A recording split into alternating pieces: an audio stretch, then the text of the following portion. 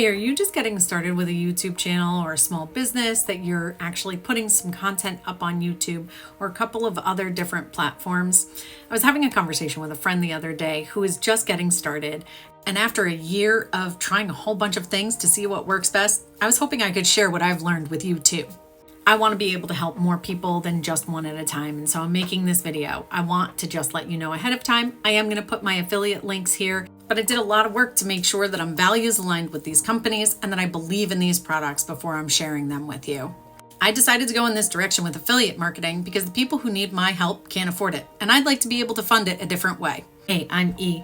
I'm the owner and founder of Main Street E-Market and also the host of the Tiny But Mighty podcast on YouTube. The podcast being the thing that led me to try out a whole bunch of these different products, obviously.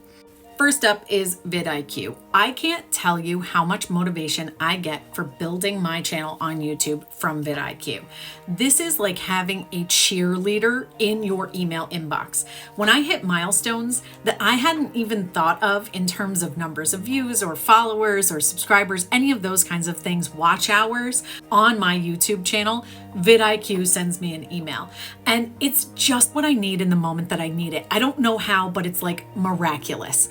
I don't currently pay for a paid subscription on vidIQ because it is one of those things that I just simply can't afford. I'm confident it could really take me into the stratosphere because it is like ChatGPT for YouTubers. Their free tools are so good, their paid ones have to be wild. If you decide to check out one and you could use my affiliate link, it would help me to be able to get a premium subscription and I would really, really appreciate it. So if you could use vidiq.com/tinybutmighty, that would end up supporting my ability to use that for the podcast. Thank you so much.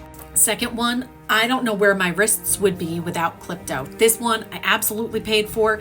It is an AI transcription app for audio. So I have podcast Tiny But Mighty on YouTube. In case I hadn't mentioned it enough times in this video yet, shameless plug, make sure you're following the channel wherever you find this video. But Clipto took hours of transcription trying to make all of my subtitles and turned it into just a couple of minutes worth of a job.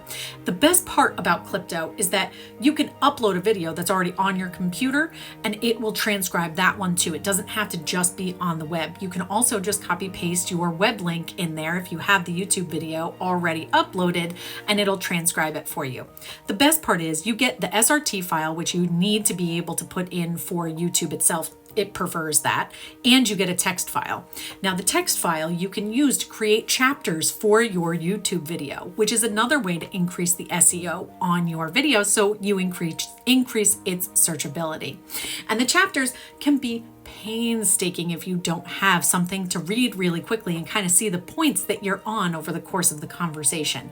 Clipto makes it so easy. On top of the fact that it also identifies the speakers inside of the conversation. So that text file can say, you, your guest, and now you know who was saying what at what point. Makes it even easier to make your chapters for your YouTube video. And you can use that transcription in a blog as well. So lots of different ways that you can utilize this product coming out. And if you could use this, if you did decide to check it out, I would be deeply appreciative. This is a great product. If you're just getting started with your website and you're looking for something that you can navigate without having to know really anything about creating a website, Hostinger is exactly the place that you need to go. They have created great tools. And for those of us that have been editing videos here, there's a lot of analogs that you'll find on Hostinger. A lot of the creation tools have found their ways to a global harmonization at this point, where you'll see similar buttons on similar types of platforms. So if you're using a different host platform right now, our website builder at this point, it's really easy to transition into using Hostinger. They've done such a brilliant job of creating this. And the best part is it's really reasonably priced. You'll oftentimes find deals like this where you have $3 a month plus 3 months free, and you get your domain, your website migration, and customer service. They'll make you feel like a pro, to be honest, and their options are beautiful. If you are going to check out Hostinger, please use my code. It's a little bit of gobbledygook and then 1 Main Street 75. I love their AI tools. They don't charge you more to be able to use them, and their e-commerce is really easy to add with WooCommerce. If you're someone who works with WordPress, Hostinger is a clear choice. All right, StreamYard, my link for affiliate, not very nice here in terms of this one. If you decided to use it, I would love to try StreamYard Premium. I'm going to tell you that I'm a little on the fence in terms of StreamYard right now because I've been struggling with connectivity. They do recommend that you plug directly into your Ethernet when you are using it because it does take an extraordinary amount of bandwidth. I am going to be coming back to this one potentially over time. I think the paid one maybe changes, but if I'm multi-streaming, my concern is that it's not going to be better. It's actually going to be more difficult and there's going to be more freezing that goes on. So if anybody has used StreamYard and says that the premium's even better, please pop it in the comments. I would love to hear your experience with it. TubeBuddy, I am so regretful that I didn't pay for this sooner. I seriously have been kicking myself for not having paid for this way a long time ago when building my YouTube channel. There are so many incredible tools that you can use with TubeBuddy, and it is really not that expensive. And I know when you have a small business or you have a podcast or you have anything that you're trying to grow, it feels like death by 1,000 paper cuts because it doesn't have to be a big bill. But if you have a whole bunch of tiny bills, it really adds up. I can tell you that TubeBuddy is absolutely helping me to grow my channel. It's helping me to build my thumbnails, which is amazing. It also guides you through the optimization of your video, helping you to understand which tags make the most sense. They also have tools to explore keywords so that you understand how well your video is set up against that keyword. And it is nowhere near as expensive as some of the alternatives that do the same. I am in love with TubeBuddy, and if you could use this link when you go to check it out, I would really appreciate it. If you have a YouTube channel and you don't have TubeBuddy yet, you have to stop waiting. Don't sleep on this, seriously. All right, last but not least, I know a lot of people are talking to you about Constant Contact, but I cannot say enough about their customer service. And I just want to live there for a second. You probably know what the tool does. You probably have a good understanding of the fact that email marketing is really important. They also do the text marketing piece. So I don't need to live inside of the technicalities of what it can do. And if you do want me to talk about what it can do and what I've used it for so far, please let me know in the comments because I will absolutely make a video talking a little bit more about that. However, I want you to know that this is a mid-sized business. They are not a publicly traded company, and this is a company that is values aligned for me.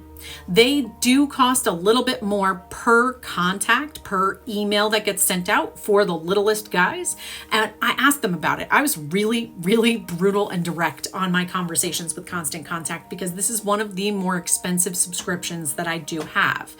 And the reason why I decided to go with it is because both of the people that I spoke to actually love their job and they feel very values aligned with Constant Contact. And they were able to very effectively explain to me why it costs more per email, per account for the little guy than it does for the big guy. And that is that they still have the same account person having conversations with you, taking the time out for fewer people overall, right? So they're going to give you still that big amount of service, that rolling out the red carpet for you every time you call in you need assistance, even though you're paying overall less money. They're actually taking a bath on most small businesses that they host because they have to pay all of those people to be there and ready to answer your questions. And once they explained that to me, I felt a lot better about the fact that as you grow your list, it does cost less per individual that's added to your email distribution list and your total number of emails sent over the course of the month, because that made sense. And they want to take care of their people. And I want people to earn livable wages. So I was willing to live with that one. That made sense. And they didn't even get offended when I was like, volume-based discounts are not really good in my humble opinion. And they were like, wait, we can explain this one. It was awesome. And it wasn't defensive. It was actually a natural response to a question that they had never been asked before. Make sure that you're asking really good questions when you're on the phone with these customer services, by the way. Also make sure that you find out whether or not they like their job. That's really important for me because if people hate their job when I call in, I'm not going to get customer service that's going to be up to what I'm expecting. And why would I support a business that makes people hate their jobs when they have to be there so much?